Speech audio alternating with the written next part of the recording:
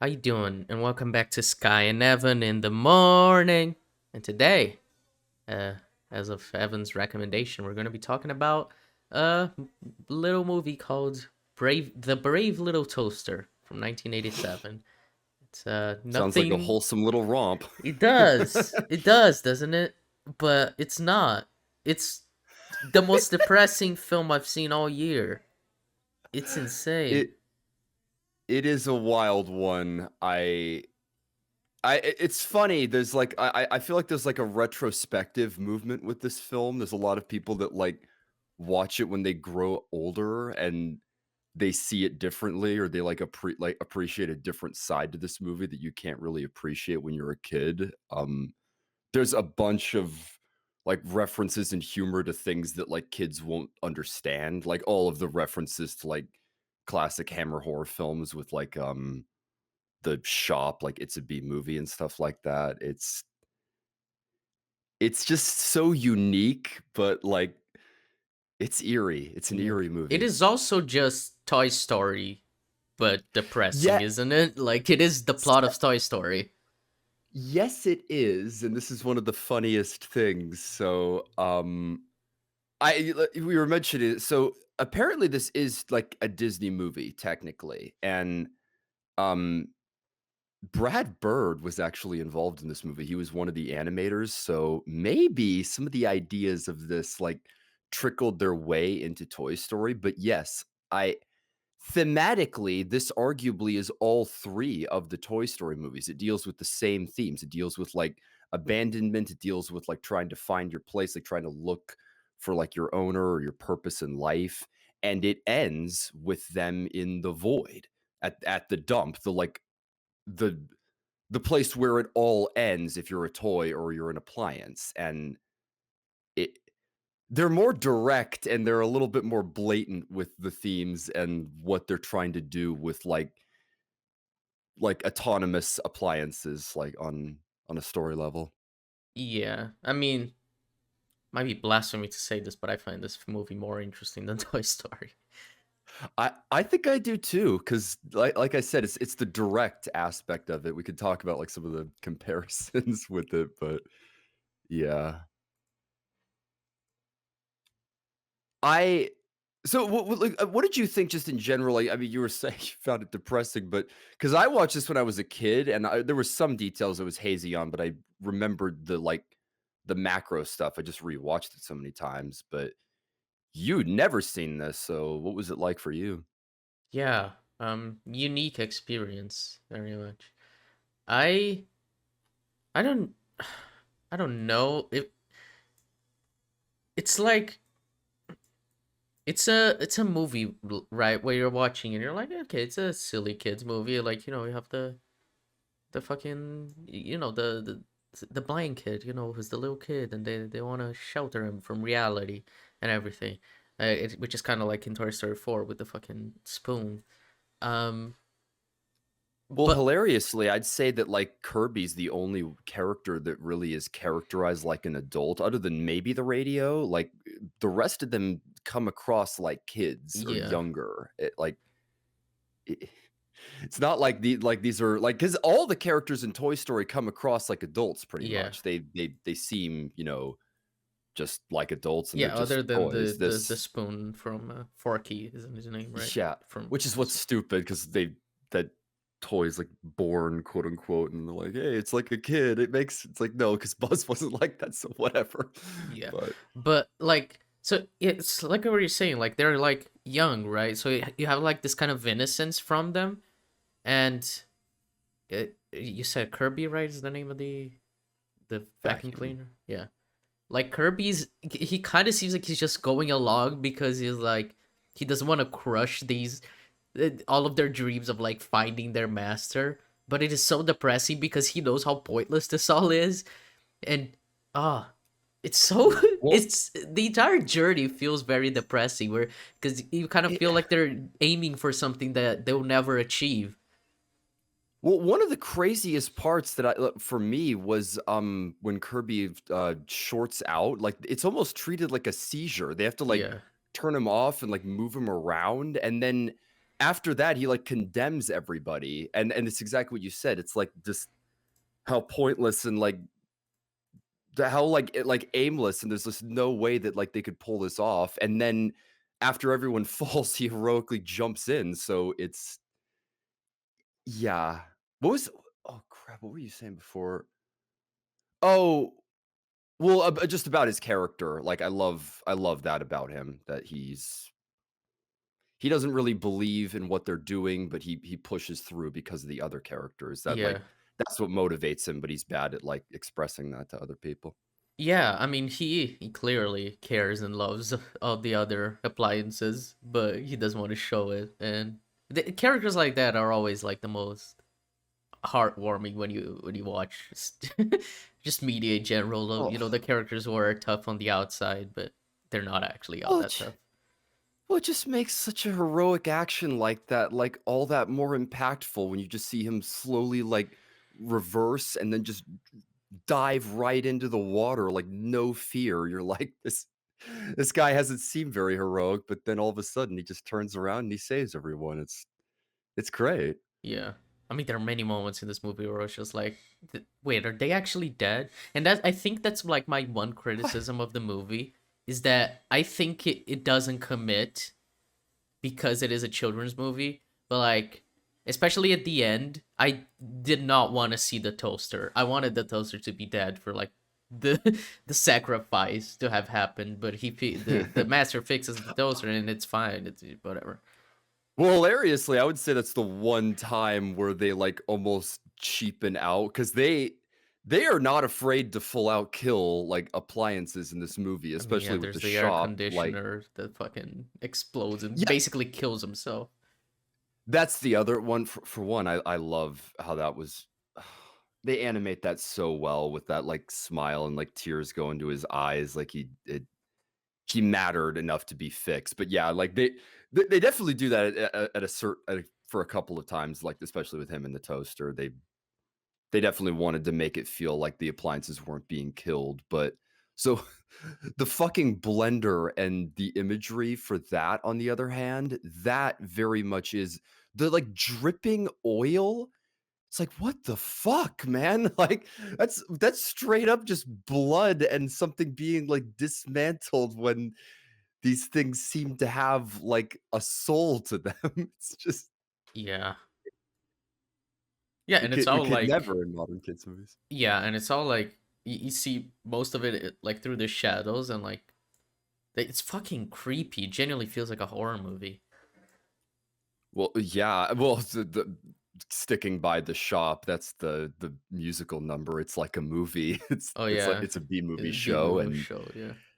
yeah, they're definitely inspired by a lot of older movies, and I think that's where some of the, like, crazy designs for the characters come from, but w so one of the most horror like, there are scenes that are just straight up played out like a horror movie, and the nightmare has to be one of the most vivid. The fucking clown with the fire hose and the fucking forks, like I was saying, there's certain scenes where I'm like, "I wasn't scared by this when I was a kid." Like, I would have thought I would have found more elements of this movie bothersome, but it's horrifying, like, and the ending as well with, like, how they depict cars being crushed and destroyed, like, it's very much framed as, like, the end of their lives, so Oh yeah, that was one of the moments where I was like, okay, they're actually doing this. You're showing the car going onto the conveyor belt and becoming a cube. Like that's your death. Like I don't know. I didn't watch this when I was a kid, but that would have scarred me. yeah. It's crazy how direct they are, and like I said, that's so we could talk about this with some of the music, and a couple of scenes, but I they're able to do things with the characters that, like, you just wouldn't expect to see in most movies and give them moments that, like so the flower, I sent this to you. I don't did you read I did. that I read comment? all of what you sent. Yeah, I thought that Yeah, was holy yeah. shit. I saw because after I watched the movie, I was reading a lot of letterbox reviews, and a lot of people mentioned the flower moment. It is fucking depressing. Yeah. Well, I remembered how it looked and how it felt when I was a kid, but I didn't understand like the full nuances or why it mattered so much. For one, the music is devastating. Yeah. Classic Disney movies, like if you watch something like 101 Dalmatians, I mean, this is just music in general, but music used to be more bold. I miss music that like went for the stars rather than just being like ambient. And they like Toaster just kind of crawling out to the edge of the hill and just faintly looking back. Like the music is devastating. And yeah, so this moment is like it's supposed to be representative of people that like are isolated and like almost pushy with it. They try to make a relationship work because of like sheer desperation, and then they they get rejected, and that's what the scene is supposed to be, that like the flowers is rejected by the toaster because the toaster isn't the flower, it's just a reflection. Yeah. It's just a reflection of what the other person wants. It's very fucking deep, and all of this movie is like scenes and metaphors like that. Well, yeah, and what happens right after that, what they use that moment for with Toaster is that after that, he's a lot nicer to Blanky. And Lampy even asks him what the deal with that is. And it's because of that. That moment affected him. And because of that, the flower and Blanky are animated similarly, and they're even the same color. So that's Mhm. why they did it that way. And it's really deep. It's a genuinely important character moment, and a lot of the characters have like scenes like that. Like I also really like the scene where they're just like the well, you said I forgot. Lampy, yeah, asks Toaster why he's treating Blanky nicer, and he's just trying to describe this feeling, and it is so interesting. Like it's the feeling you get. It's like, oh yeah, that's the feeling I feel when I think about the master. It's like, yeah, exactly. Like that feels that again is just so depressing. Like, yeah, that's the feeling I get about someone I really love that I haven't seen in fucking years, decade maybe. Like, Yeah, and using the burnt out bulb as an example of that, and to yeah. like describe the word that they could barely like put to. But and they animate it too. They show it. I love the like he's like, I'm done, and like his cord wraps around like the base of the lamp, almost like he's like being hung or being like entangled, but then the bulb's replaced. It's I they use the animation so well to like highlight the emotions of the characters. And this is another thing that's just missing from modern animated movies is animating and expressing beyond what like looks normal. Like because every like a lot of Pixar and animated movies just have like characters that are humanoid. They look human, but they're just animated versions, and it's like it may as well just be a regular movie. We have CGI to just pull off most of what Pixar and Disney does, but full out like living toasters with like a face, or any number of the appliances that they use, like their interesting design to characterize them. Like I love Blanky having like essentially a head, but its body being almost like a toddler, like almost crawling around. They do so many interesting things with the appliances and like how they're animated. Oh yeah. Yeah, the I really like the designs as well for the appliances at the master's apartment at the end, the cutting edge ones. I Yeah. thought like the way they designed their faces and everything, like the computer, the teeth are the keyboard is the keyboard and everything. Yeah, all of them have like huge overdefined grins, and all of Yeah. them like it's such a show of technology, and it's kind of It's it seems like fascinating it's because like when I saw that scene, I was like, yeah, no, this makes sense. And then I just stopped and like remembered, oh yeah, this movie's from '87. Like if you're thinking about like cutting edge technology replacing old appliances in '87, imagine now Like, cause that Yeah. felt so modern, and I was like, oh no, yeah, this is oh Talk about outdated but in a modern context, but it's like it's also emblematic of like the new appeal towards like hard sell. Like all of this is like on as seen on TV, and there's a salesmanship to like this song, more, everything you've wanted and more. So yeah, really good animation for really good storytelling. And yeah, it's the perfect example of a movie that has presentation that's targeted towards kids, but and, like, maybe more, like, accessible dialogue, maybe, like, more simplistically worded dialogue that kids would be able to digest better, but in terms of the story, this doesn't feel like a kid's story. yeah. This this feels like the Heart of Darkness, low-key. Yeah, it Um, is.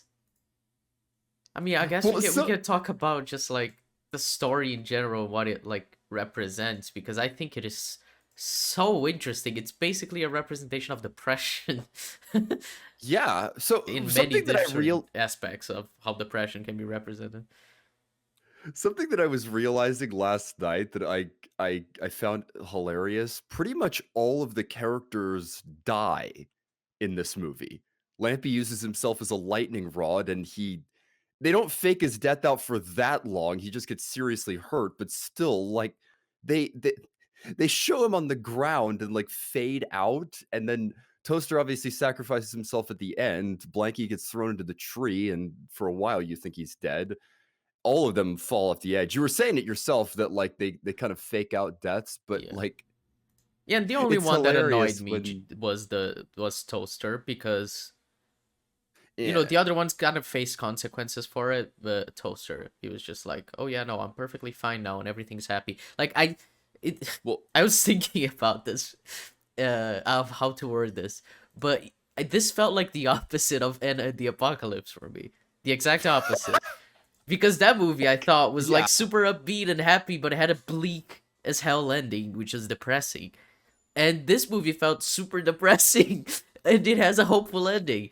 And I didn't like the ending because of that, because I wanted it to like lean into what the story was about for most of its runtime.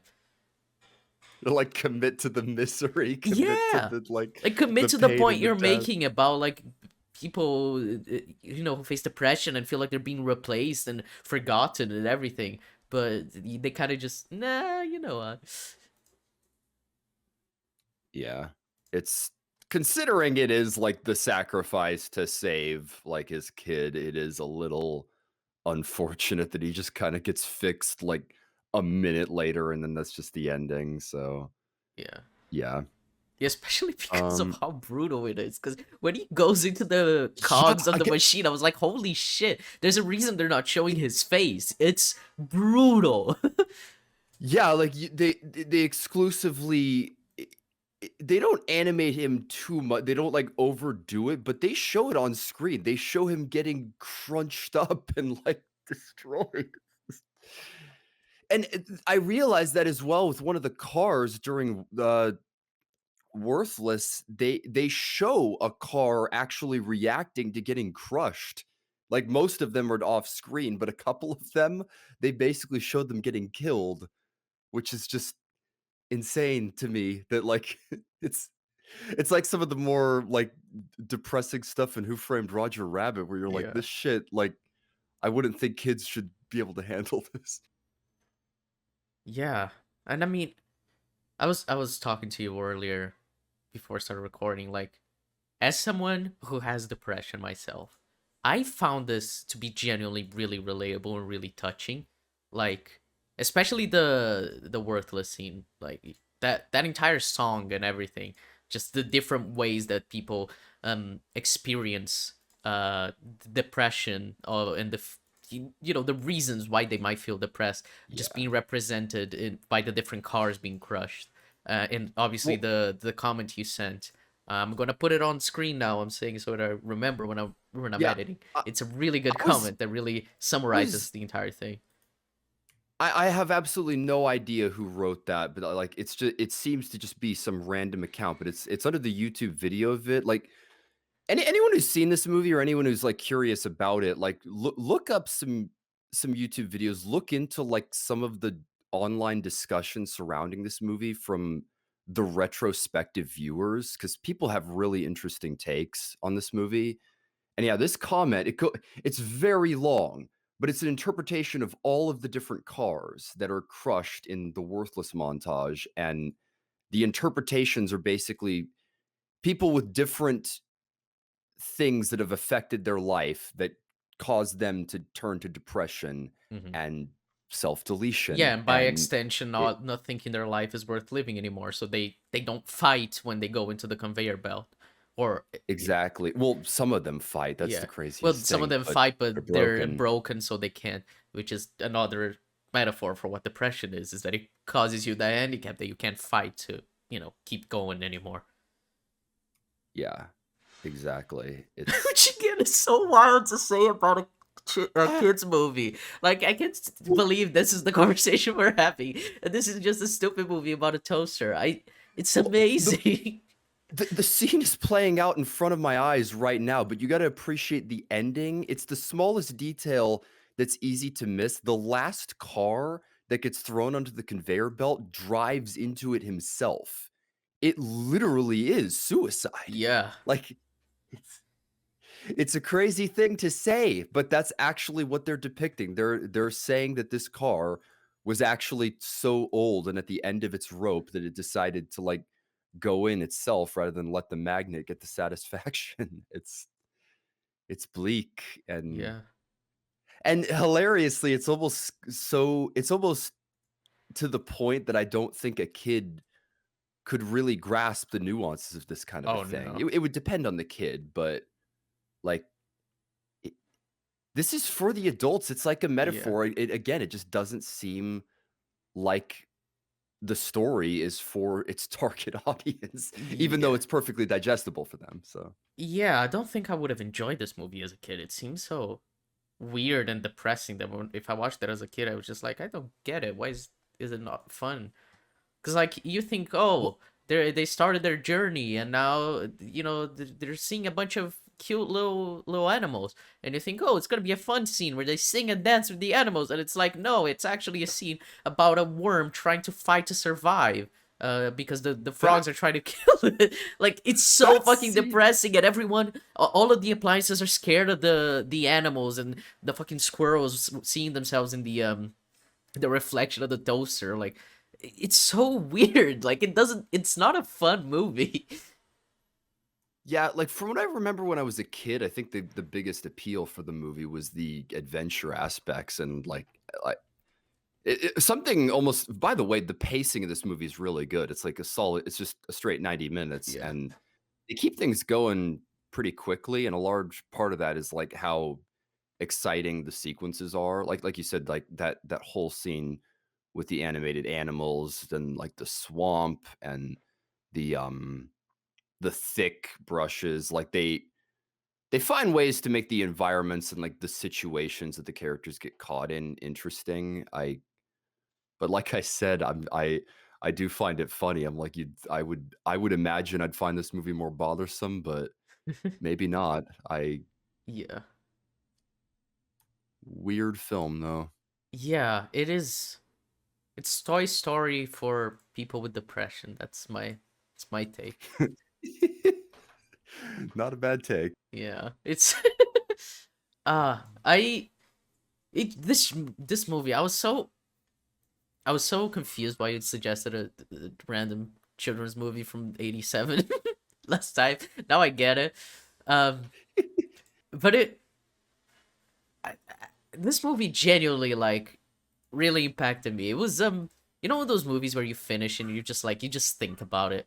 Like you're just stuck thinking about it for a long time. You don't even know like how to feel, because I didn't know how to feel after watching this movie. It was just like, man, weird movie, huh? Just it just sits with you. Yeah. I let me tell you one of the biggest reasons why I look at this movie retrospectively. Have you heard of the YouTube channel Cinefix? Yeah. They I think they're, like, a part of IGN right now, so, like, I the quality of the channel kind of fell off, in my opinion, but they used to do really good lists, and one of them was, like, top 10 lists of just favorite movies by the people that were involved in the channel, and the one for the guy who did the writing, he started his list talking about, movies that he watched when he was a kid. The first one that he watched, or that he, like, represented was The Lion King, and he Mm-hmm. basically explained, like, the gravitas of that movie and how exciting and impactful everything is when you're a kid, and then he used this movie for how fear impacts us when we're kids, because he so and the biggest thing that he talked about was the air conditioning. You mentioned it yourself that it seemed almost like he offed himself. Yeah. It I was there's watching different that ways scene to and I read was into it. like, Jesus Christ, did they actually do this? And I forgot the name. You mentioned it already. The name of the vacuum cleaner. Kirby? Kirby, yeah. Kirby says, "Oh, he was annoying anyway." I was like, "Wait, he was? Like, did he just kill himself?" I think that line's supposed to be a little ironic towards him, almost that he's like, he was a jerk anyway, and it's like, "You're a jerk too," and Kirby's kinda, like, grows as the movie goes on. But yeah, like, this is so I watched a video. There was a guy that did really good interviews with the director, and he 'cause a lot of people interpret this as straight up suicide. I think a better way to interpret it, it's almost like an aneurysm or a heart attack. It just the guy just, like, was so old and just blew out and just kind of but I think it's my interpretation of it is a little darker than yours, maybe. well Because for me, it seems it's like someone like cutting their wrists, like trying to kill themselves, and then at the end, the master finds him and fixes him, well saves him. it's the animation and it's Phil Hartman's performance. Like, I like being stuck in this stupid wall. I can't help it if the kid was too short to reach my dials. It's like, Christ, like, this is something else that this movie does, like, better than Toy Story. Not straight up, it does it better than Toy Story.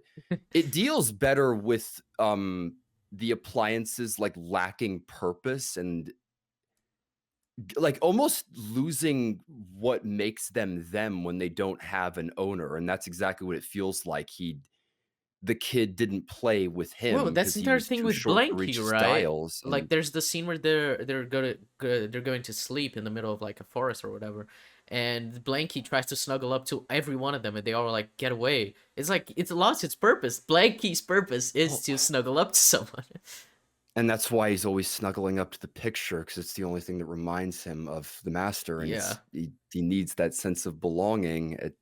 And the radio, that's one of the things with him being the most vocal of the group. He's always having those old broadcasts. I love By the way, there's a funny Cab Calloway reference that kids would never catch on to, and he also quotes Moby Dick during the river Oh when yeah, he's, there's the fucking hitting a whale. curve. Yeah.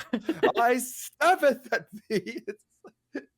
But yeah, like, he's characterized kind of by I mean, he's a radio. He's supposed to be vocal. He's supposed to, like, bring the noise to a house, so that's how he's characterized, but a lot of, the appliances from, the house, for instance, with the Cutting Edge song, for instance, they're insecure about their place because they're being upstaged by old appliances, hmm and they're insecure about that. That's the funny thing. You get that moment after they throw away the toys where, the kid is like, "I'm not gonna take your stuff," and they're, like, depressed because 'cause they're stuck where they are and they can't move on, they can't grow.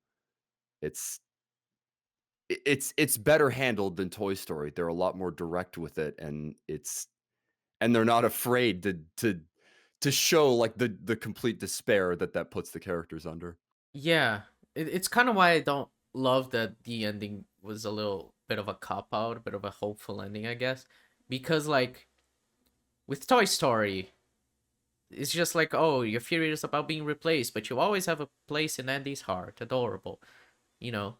But with this, it's more like it is a film about something deeper than that. It's the feeling of worthlessness that comes to every person. Like, obviously, this is a story about appliances, but these appliances are meant to, be metaphors for humans, and the things they feel are so, you know, intrinsic. Maybe not intrinsic, but they happen so often with a lot of humans. As people with depression, especially, that having the ending be kind of like just resolving itself kind of felt like a cop out when they are so all of the characters, they face so much hardship for something that kind of it should feel hopeless because they're searching for something that doesn't really exist. And I think it would make more sense if like they were to find purpose within themselves instead of finding purpose with the master getting them back and be like,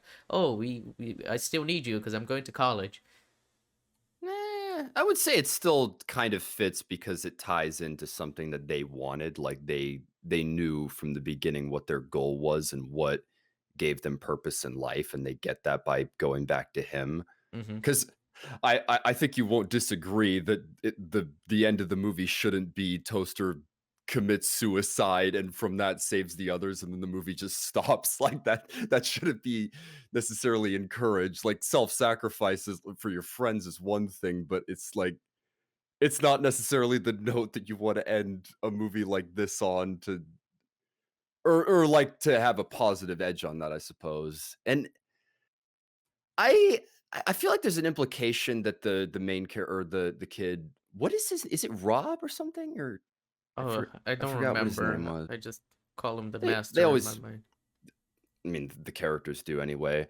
I I like the idea that he's the one who fixes them, even though in a lot of ways he does kind of undo the death of the AC and undo the death of Toaster.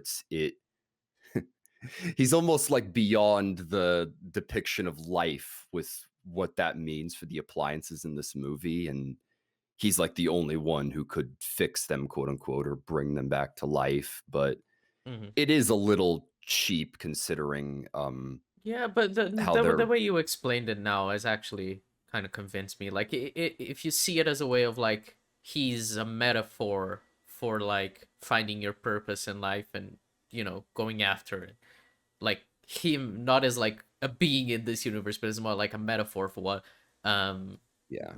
these They characters are doing. These characters who face this insane depression, a feeling of worthlessness, they find something that they can cling on to give them hope.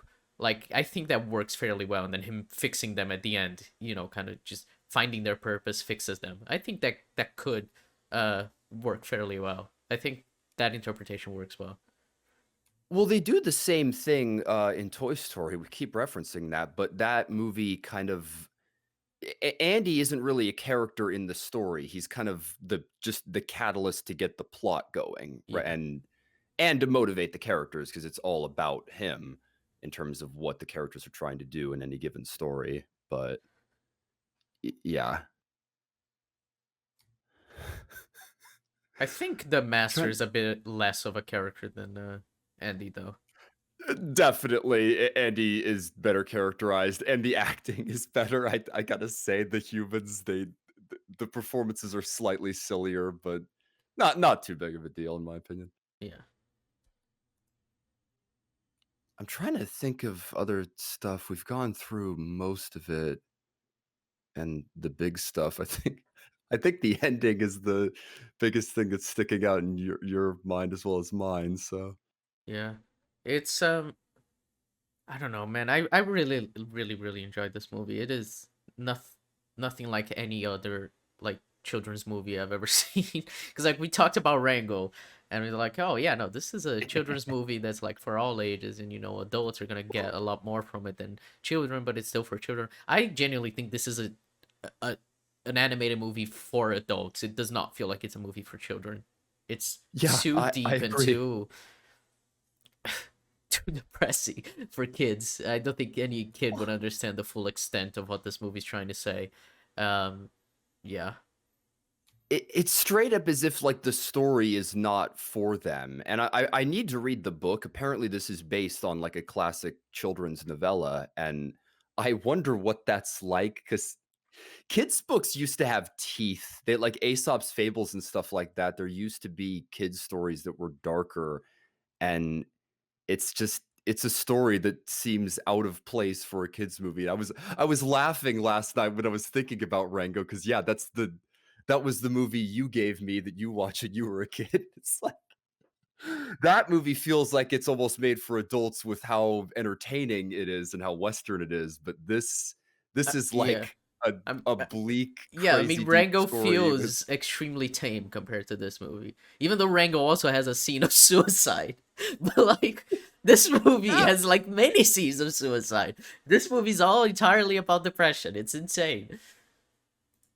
Yeah, it's I really think that is what they're going for, and I think it might vibe more with adults. I would recommend this to people that are just that might appreciate some of the metaphors and what they do with the animation because I'm just like, well, honestly, yeah, on like a first viewing, and even if because this isn't something that I think you have to look at with nostalgia goggles in the slightest. It's just it it's accessible for kids. The dialogue is simplistic, like, to make it so kids will be able to understand more of it, but in terms of what the actual story is, it seems like a story that's meant for people that have experienced more of life than kids can experience. So, Yeah, exactly. That's a good way of putting it. Like you kind of need to have a bit more life experience to like fully get this film. It's I find it very hard for a child to understand this.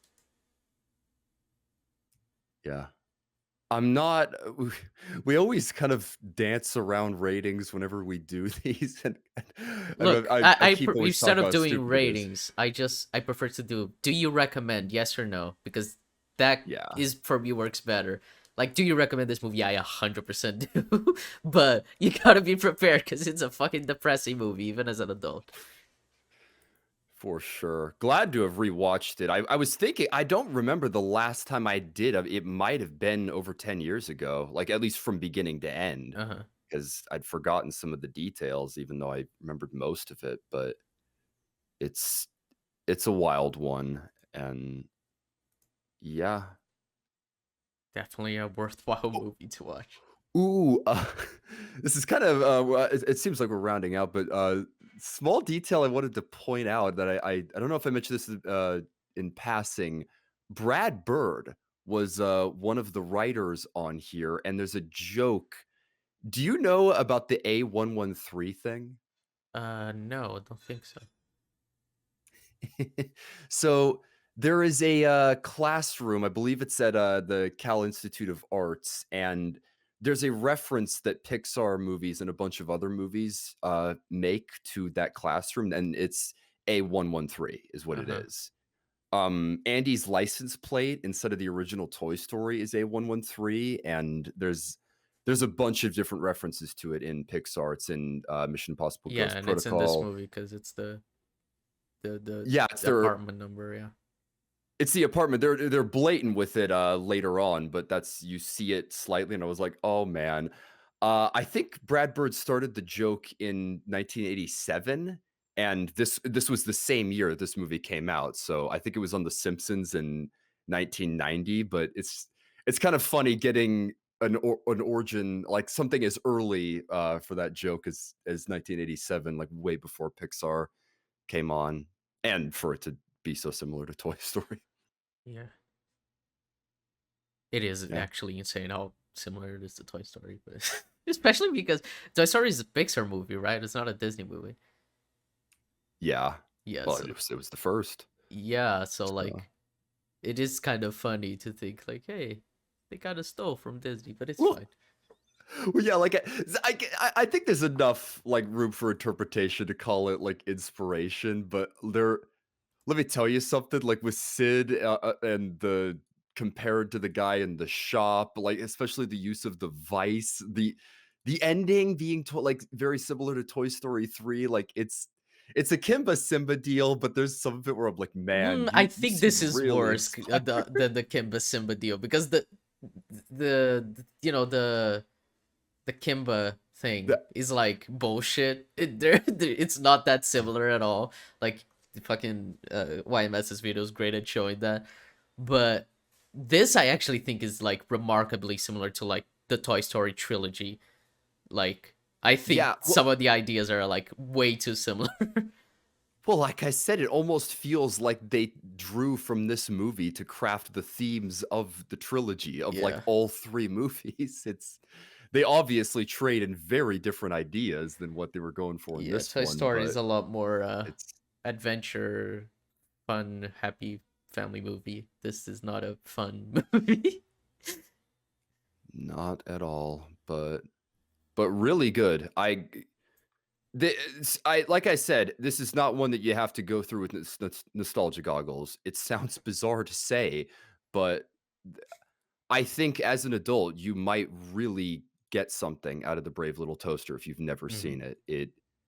It has something to say about life, and it has something to say about the human experience, and it's something that a kid might not be able to grasp, but adults absolutely will, and it low key, check this one out if you've never heard of it, because it's important.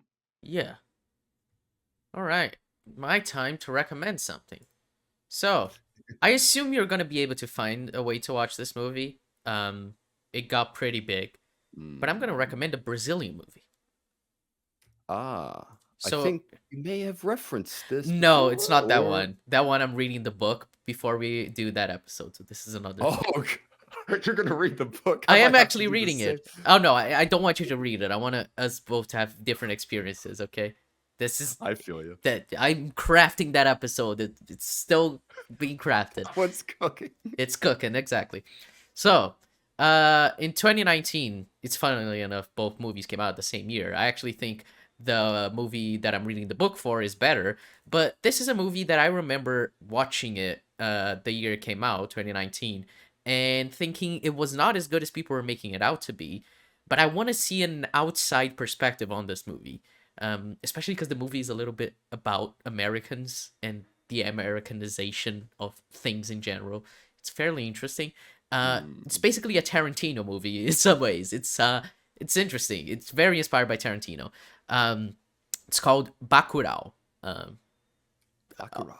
yeah, and yeah, it's I remember thinking it was not as good as people were saying, but liking it, and I'm interested to rewatch it because I've only seen it the one time, and that was like 5 years ago. So who knows what I'll think of it now.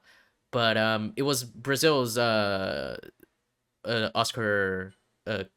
No, basically, every country gets to nominate one of the movies that came out that year for the foreign languages Oscars, Oscar ones. I think the other one that I'm talking about, The Invisível, The Invisible Life, should have been nominated instead of this one because I think it's better. But this was the one nominated by Brazil. So yeah, Hmm. and it got fairly big. I think YMS even reviewed it, if I remember Oh, wait, correctly. did the other film get released the same year? What was that? Yeah, The Invisible what? The Invisible Life. Yeah, both were released the Ah, same year. I actually think YMS reviewed both movies because he saw them at a festival. So yeah, they got fairly big. Bakura more so, and huh. so yeah, it's I've I'm curious. never heard of this. Completely in the black. So I think you wow. should go watch it without even reading about it. It's interesting. Um, Interesting stuff. Wow. Yeah. I've been wanting to do like a Brazilian movie recommendation for a Uh, while because I'm just like it'll be interesting to talk about my culture for once. But yeah, Absolutely. Yeah, you gave a hell of a pitch with it being like quasi Tarantino. I'm curious now. Wow. yeah. All right. Well, All and right. then we'll be back next time for Bacurau. I don't actually know when because next week is Christmas. Yeah, we might take the week for the holidays, folks. We'll Don't see. burn us at the stake. Yeah. If well, I think we'll actually upload on the this episode we're recording right now on Christmas, so we probably missed the week after Christmas. Merry Christmas, everyone. Enjoy Yeah, our Merry brave Christmas little if you're toaster. watching this. Yeah.